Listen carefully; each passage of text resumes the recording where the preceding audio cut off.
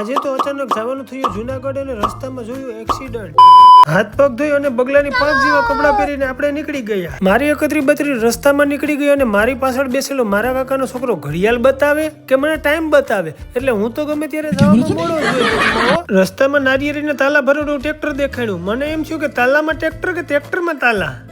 આગળ આવે છે ગાડી પર ભૂખી થઈ ગઈ એટલે 100 રૂપિયાનું પેટ્રોલ નાખીને કાકા કે મને પણ વિડીયોમાં લઈ લીજો। રસ્તામાં કન્સ્ટ્રક્શનના કામ ચાલુ હતા એટલે સામેની સાઈડ બંધ હતી, એટલે એક સાઈડ ઉપર બધા વાહનો સંભાળીને હાંકવાના હતા। ત્યાં તો કાકા સામેથી આવી ગયા ટ્રેક્ટર। અરે કાકા તમે કઈ સાઈડ જાઓ? રસ્તામાં હોલ્ટ લીધો ત્યાં તો આપણે રાહુલભાઈ મળ્યા। આ રાહુલભાઈ કોણ છે ને એ તમારે કોમેન્ટ કરીને બતાવવાનું છે।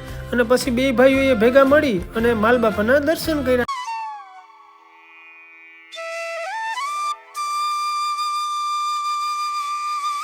ત્યાં તો આ રિક્ષાવાળા ભાઈએ બે રેસ લગાડી, એટલે ઓહો છકડો રિક્ષાની રેસ પતાવીને થોડા આગળ વધી એક્સિડન્ટ જોવા મળ્યું। પણ એક્સિડન્ટમાં મેં જાણ્યું પણ કોઈને વાગ્યું નહોતું, પણ હા એક્સિડન્ટ થવા પહેલાનું કંઈક કારણ હોય એટલે આપણે થોડુંક વાહન સંભાળીને હકાવવું જોઈએ હો ભાઈ। થોડા આગળ વધીએ ત્યાં તો ટ્રેક્ટરની લાઈનો જોવા મળ્યું, એટલે કે જુનાગઢનું માર્કેટ યાર્ડ આવી ગયું છે। એટલે જુનાગઢના માર્કેટ યાર્ડમાં બધા ખેડૂતો સિંગ દાણા લઈને આવી ગયા છે અને આ વખતે બધા ખેડૂતોને નુકસાની તો છે જ હો ભાઈ। પછી પહોંચી ગયા જુનાગઢને આ ગેટ કયો છે એ તમારે કોમેન્ટમાં બતાવવાનું છે। અમારું કામ પતાવીને આવી ગયા સક્કરબાગે, પણ સક્કરબાગ કહતું કારણોસર બંધ, એટલે પાર્ટ 2 જુનાગઢ જોવા માટે સબસ્ક્રાઇબ ફોલો કરતા જજો। બાય બાય, જય ગિરનારી બધાને।